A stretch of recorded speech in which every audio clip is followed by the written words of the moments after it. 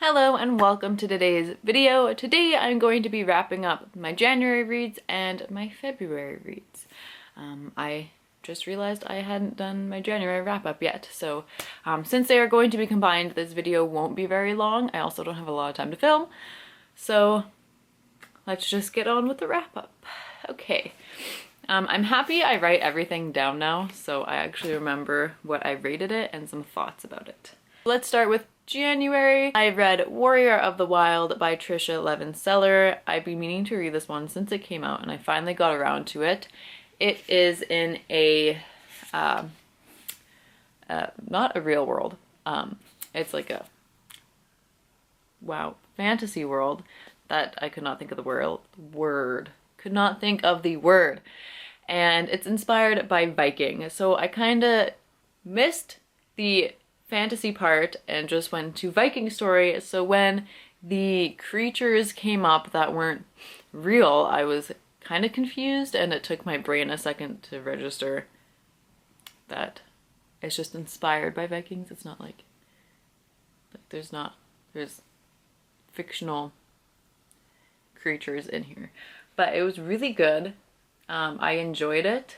I liked the characters.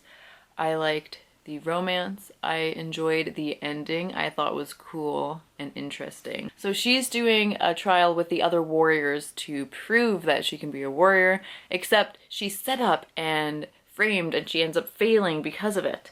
So she has to get exiled, and her mission, if she wants to come back into the village, is to kill the god, the cruel god that kind of harasses all of the towns close by. So, yep, she sets off to kill him.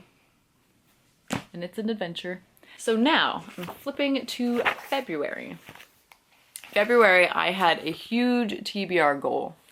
I didn't complete it, but honestly, I'm actually really happy with how much I read. So, the first book I finished in February was Nevernight by Jay Kristoff. This was for book club and I ended up finishing it after we met up for book club, but I really liked it. So the first 150 pages just pushed through. It was a struggle. The first 100 pages, it took me so long, but once I got to page 200, I kind of just flew through the rest. Yeah, but the middle and the ending are very strong. The beginning, though, was interesting, but I just wasn't invested in it, so I didn't really care. So it was harder to read it. But I ended up giving it a 5 out of 5 once I was done. This is about a girl. When she's younger, her father is publicly executed because he tried to overthrow the ruler. And yeah, and then her whole family is kind of suffered for that, and she's the only one who makes it out, and she ends up becoming an apprentice assassin, and then this is the book where she goes off to an assassin school. Then I read the Tea Dragon Society and the Tea Dragon Festival. These are beautiful and cute graphic novels, comics, by Katie O'Neill, and I really loved them. I don't have them because I got them from the library, but they are cute and beautiful and I love them so much I ended up buying the card game, which I should have grabbed to show you, but I didn't. Maybe I'll add it in here with my editing afterwards. Future Mackenzie, please do that for me. So I really loved it. It was beautiful. The artwork was amazing. It was a really inclusive story. In Tea Dragon Society, there's a character in a wheelchair. In the Tea Dragon Festival, there's sign language being represented. And the artwork is just stunning. I love it. It is, if you just want a heartwarming story to just, they're very fast to read. I read them both in a day. If you just want something very cute and heartwarming, pick these up. They're very adorable. I love it. I love it. Okay, then I tried to read The Shadow Hour and failed. The next book I read was The Starless Sea by Erin Morgenstern. This was a pick for the in-person book club that I'm a part of, and we all had very interesting thoughts on this one, because this book, let me tell you. Okay, so I sticky noted some of it, then I forgot to sticky note, then I got the audiobook, and then I just didn't sticky note, but I feel like I needed to sticky note everything, because everything basically that is written comes up later, or is something you have to figure out and try and like piece together for the story, or some things just kind of fall off and I guess they weren't really important, and I'm not really sure if maybe we just missed something on how they were actually important. But it's a slower read, very dense, very heavy. You have to pay attention a lot to get the whole story, except I fell asleep a lot reading it. But I really liked it. I liked the writing. It was very beautiful and pretty writing. But I can see why some people really don't like it. But I do have to say I quite enjoyed it. I thought it was interesting. It was pretty. It was fun. Some parts didn't really make sense though and were just kind of weird. But I don't know. I thought it was interesting. The romance though was kind of strange because they had only met each other a few times and then they were in love. I guess if you were in this situation and you needed something real to cling to, and if you saw someone a few times but you really were attracted to them, you would cling to that person to kind of hold you to reality. So it does make sense. I actually have this copy, the UK copy, and the audiobook. So obviously I liked it.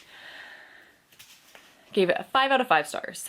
So the next book I finished was The Merciful Crow by Margaret Owen, and this cover's gorgeous. So gorgeous, and I'm so excited for the next book, and I've been wanting to buy this book for so long, but I got it from the library. It was so good. I loved this book. I loved the casts. I loved how they were bird theme. I loved how they each had different power. And it was really good. Though I kept imagining everyone to look like the bird, but they didn't.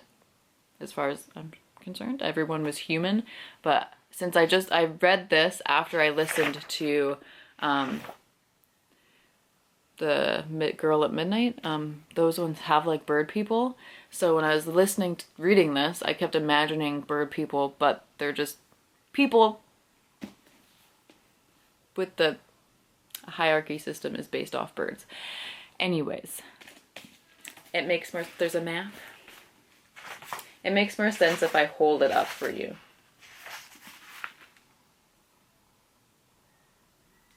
There. So it was really good. So this book is about a girl who is a crow.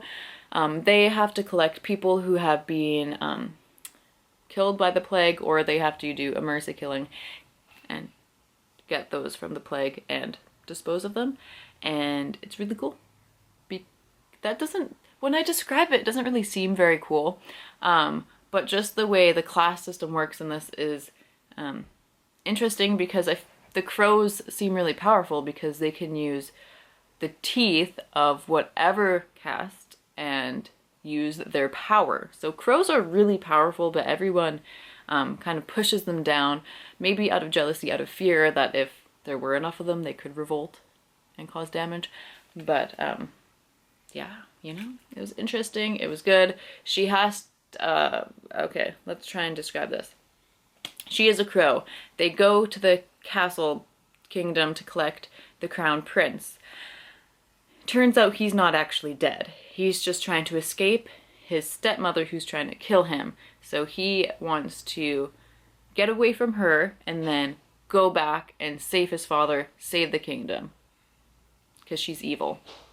Then I read Aquacorn Cove. I gave this a 5 out of 5 stars. It's by Katie O'Neill, and it's also very cute. I love the art. This one's pretty. This is a bunch of jellyfish. Yeah,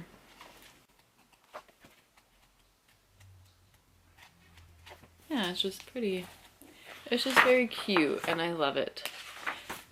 So pretty. So this one has an emphasis on aquatic life and making sure that we take care of our oceans. We don't overfish, we don't pollute, we take care of the ocean. And that's really the main theme of this book, is to not overfish and kill all the ocean. So yeah, it's really good. It's just take care of your oceans. It's cute. Good message. I love it. It's adorable. So good. So cute. The last book I finished in February is Kiss of the Royal by Lindsay Duga. This is my first read from the 12 recommended books by 12 friends. I am behind in that list, but this was a good one to start it off with. I have to say, the premise makes me laugh every time. The royals can get their magic by kissing another, and so they kiss on the battlefield, and it just makes you laugh when you think about it. But it was actually really good. I enjoyed it. I enjoyed the romance. I enjoyed the... I don't know. It was just a really good book for what I needed. I just wanted something light and fun with a nice romance, and that is what I got. So I'm happy. It wasn't like a spectacular book, but I really enjoyed it, so I'm not sure what to rate it, like a 3.5 or 4. I just had a lot of fun reading it, and that's my goal now. Not to be too critical when I read a book. My goal when I read a book is to have fun and enjoy it, because life is stressful, so when I read, I want to have fun. So did I have fun? Yes, I really did have fun. It was enjoyable. Some parts made me laugh so hard, in a good way and a bad way. So maybe I will rate it a 3, just because some of the things that they said just, oh, it was funny. So at the beginning, we have a very conflicting impression of the main character. It was just, this made me laugh. She's like, if Kellyan had used my kiss instead, he'd be exhausted now, but awake. Not only because kisses, and then blah, blah, blah, because my kisses were the best. And she's just like, I'm the best. My kisses are the best. They have the best magic. I am the strongest. And then later on, she's like very doubtful. She's like, oh, I'm not that good. Blah, blah, blah, blah. Right? But you're like, yeah, you were just boasting you were the best. So that's a little weird. And then, where is it? Oh my gosh, this line had me laughing. Prince Zachariah. And we were eager... Okay, should I start at the beginning? We had heard of the great swordsman from your kingdom, Prince Zachariah, and we were eager to see if their two awesome powers could be combined.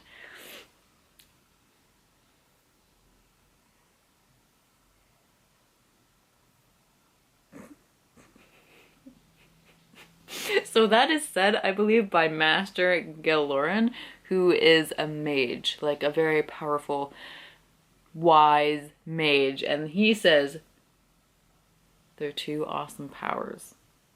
I chuckled so hard. It was so funny, because it's more like, when you read this book, you think of like past, like a historical fantasy type thing. There's princesses, there's no guns, it's all swords. So when someone says awesome, it's very jarring for your timeline on, like, it's very jarring.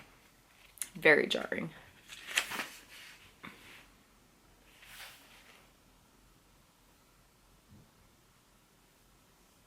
Yeah, so it was entertaining though.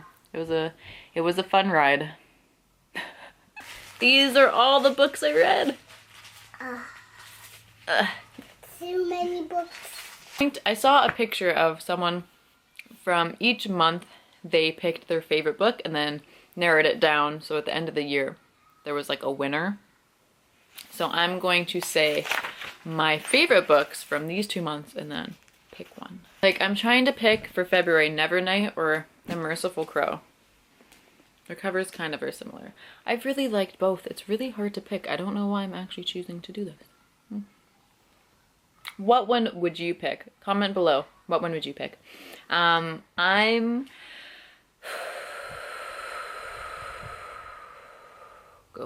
to this one. So my January pick is The Grey Seer. My February pick is Nevernight. Out of these two, what one is my favorite? This is a standalone. This is a series. This one definitely had shock value, definitely had a lot of meat to it, brought up some very interesting political points. This one, do not read these at the same time, or this one then this one, because this one is just gave me nightmares, and then this one was violent, so I had a lot of nightmares. Hi, Nora. Okay, hi. Yes, I know. I love you too. I think out of these two, my winner is Nevernight by Jay Kristoff. So thank you for watching today's video. I hope you enjoyed it, and I'll see you in the next one. Bye.